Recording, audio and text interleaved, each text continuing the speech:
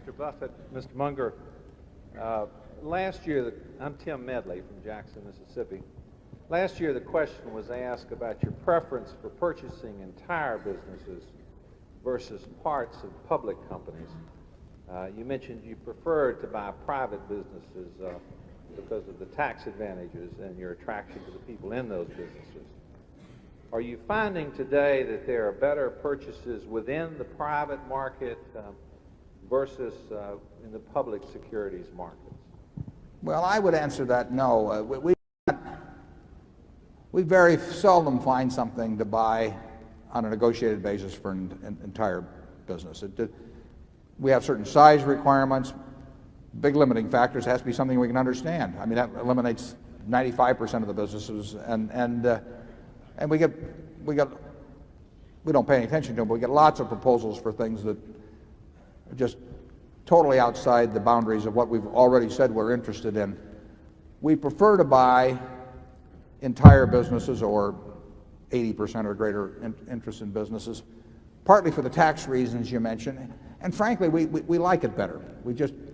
It's the kind of business we would like to build if we had our absolute druthers on it.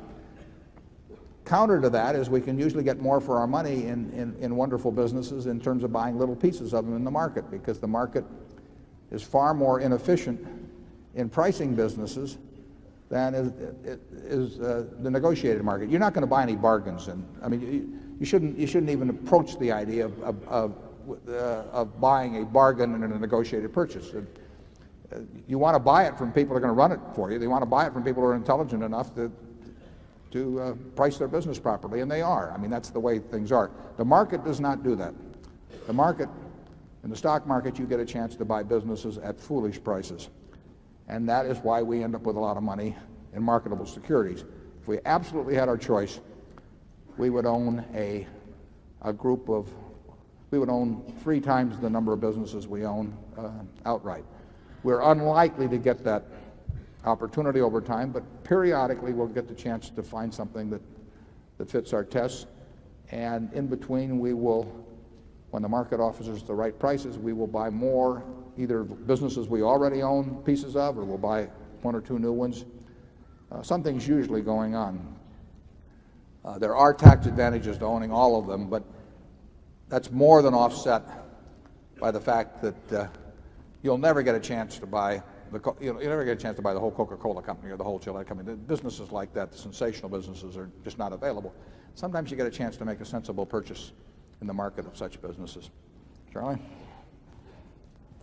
Well, I think that's exactly right. And if you stop to think about it, if 100% of a business is for sale, you've got the average corporate buyer is being run by people who have the mindset of people buying with somebody else's money, and we have the mindset of people buying with our own money. And there's also a class of buyers for 100% of businesses who are basically able and shrewd financial promoters. I'm talking about the leveraged buyout funds and so on. And those people tend to have the upside but not the downside in the private arrangements they've made with their investors. And naturally, they tend to be somewhat optimistic. And so we have formidable competition when we try and buy 100% of businesses. Most managers are better off in terms of their personal equation if they're running something larger. Now, they're also better off if they're running something larger and more profitable. But the first condition alone will usually leave them better off. We're only better off if we're running something that's more profitable. We also like it if it's larger too. But our equation actually, our personal equation is actually different than a great many managers in that respect. Even if that didn't operate, I think most managers psychically would enjoy running something larger. And if you can pay for it with other people's money, I mean, that gets pretty attractive. How much would and let's just say you're a baseball fan. Well, how much would you pay to own whatever your hometown, the Yankees? You might pay more if you were writing a check on someone else's bank account than if you were writing it on your own. It's been known to happen.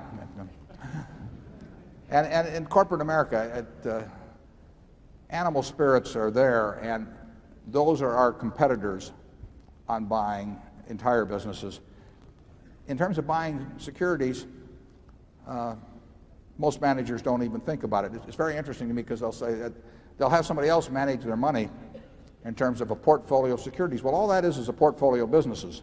And I'll say, well, why don't you pick out your own portfolio? They'll say, that's much too difficult. And then some guy will come along with some business that they never heard of a week before and give them some figures and a few projections, and the guy thinks he knows enough to buy that business. It's very puzzling to me sometimes. Zone 4.